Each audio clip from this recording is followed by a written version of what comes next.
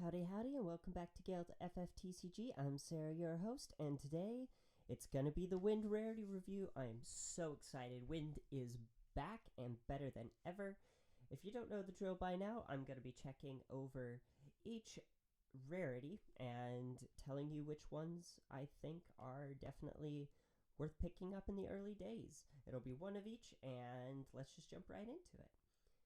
So, in our common slot, Van toots as he pleases. This common, actually, I don't think this common is bad by any metric. I even would say in meme tier Sky Pirates maybe, this card could actually be all right. 5 CP 9k, not a bad stat line.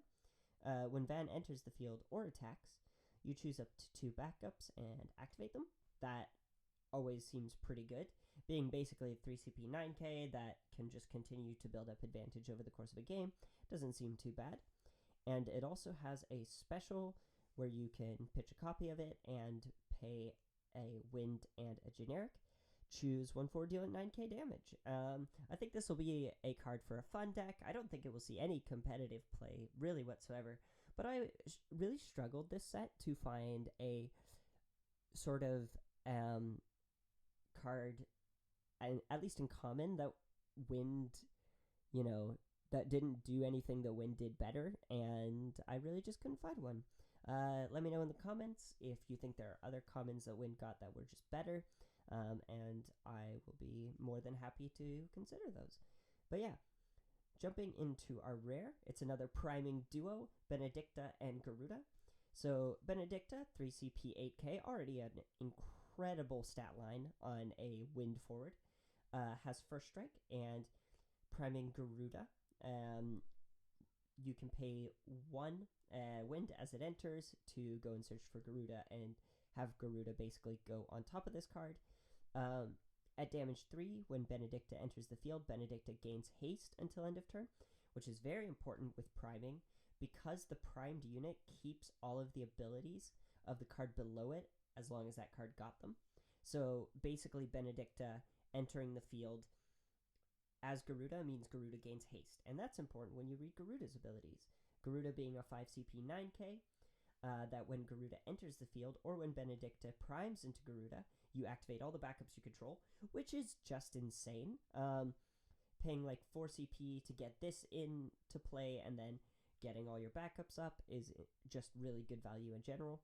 And also from entering the field alone, if you don't have Benedicta, you can still play this and it feels pretty good. Also, when Garuda attacks, you choose up to 2 forwards opponent controls and return them to their opponent's hand, or to their owner's hand. So basically, if Benedicta has the haste from the damage 3, Garuda just attacks and starts bouncing stuff to board. If you're in some sort of water wind shell that cares about bouncing and gaining advantage, maybe you're playing Tross or something like that, this card is really good. I think these are maybe some of the best rares in the set, let alone ones we've seen in a long time, and I am super excited to get my hands on them. Definitely give these a go. I think these cards will see a lot of play. In our heroic slot, we have 1 CP Valifor.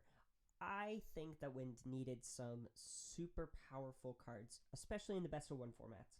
Still an absolute staple in best of 2, in 2 deck format. I've been thinking about that a lot ever since Michael McMillan of the YYT, shout out to him, came second at Euros. As one of his playtest partners, my brain has been completely embroiled in 2 deck format. However, I think in 1 deck format, the mainstay of the standard version of Final Fantasy TCG, this Valifor is nuts. And I think the Heroes and Legends really bolster that. So enough of me talking. 1 CP Valifor is a summon. You can only cast Valifor during your main phase, which is a great restriction. If you cast Valifor, you may pay X as an extra cost. Reveal the top 7 cards of your deck and play 1 wind character of cost X or less from among them onto the field. Then shuffle your cards, the other cards revealed, and return them to the bottom of your deck. This card is so cool for scaling, and it's really good for Storm as well, to build up early Storm count in the games where you need to go a little bit faster. I think this card has such potential and such high end to be just a really good way of staying with your opponents in the game. This game of ours has gotten so fast, and I think Val 4 allows Win to keep up with it just a little bit more. And I think that's really what Win needs to be back in the meta and back in the viable pool of cards. And speaking of summons and Win summons, our Win legend is Belgiamine. I just adore Belgiamine. 1 CP 3k, category 10, which is relevant for some of the other cards we've discussed, and a summoner, which is also searchable. I don't know how relevant that is, but it's just worth noting. Belgiamine cannot be chosen by summons. During each turn, when you cast the second summon you've cast, you choose up to 2 forwards and deal them 4k. So on cast 2 effectively, if it's a summon, you're dealing 4k to 2 things. That's super good. Note that you can't stack those onto 2 things, so you can't 8k something, but still 4k to 2 different things is really good, especially because Wind has such cheap summons. And during each turn, when you cast the third summon you've cast, choose up to 3 forwards opponent controls. Your opponent puts them on the bottom of their owner's deck in any order. That's insane.